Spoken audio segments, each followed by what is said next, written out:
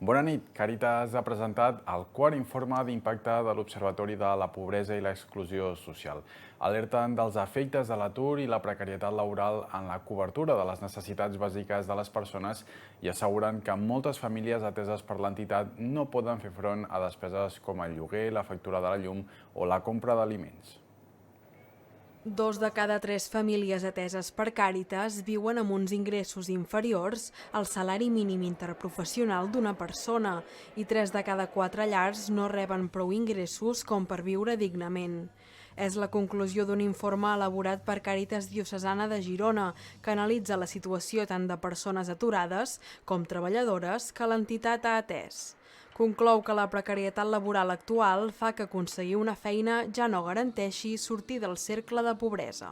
Són persones que en molts casos van entrar en situacions de crisi econòmica, en molts casos van entrar en situacions de precarietat, de risc d'exclusió per la pèrdua de la seva feina, però que recuperar de nou una feina no garanteix la sortida d'aquesta situació. I per tant continuen d'alguna manera en situacions en les que no tenen garantides aquests mínims.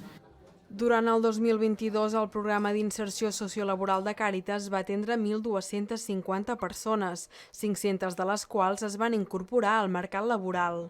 Són persones amb perfils molt diversos, la majoria dones, amb pocs estudis i amb una situació habitacional complicada.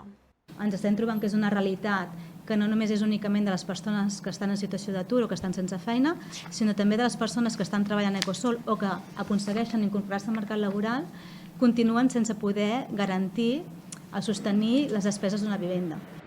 Segons Càritas, la reforma laboral que es va començar a aplicar durant el 2022 també ha tingut un efecte negatiu en la situació dels treballadors.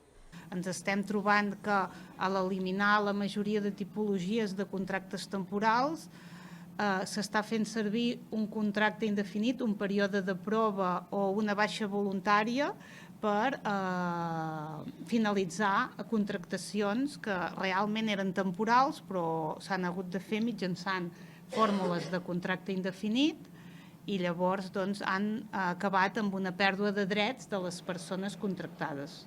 Des de l'entitat també han alertat de l'increment de persones en edat de jubilació que van a Càritas per participar en programes d'inserció laboral amb l'objectiu d'aconseguir una pensió digna.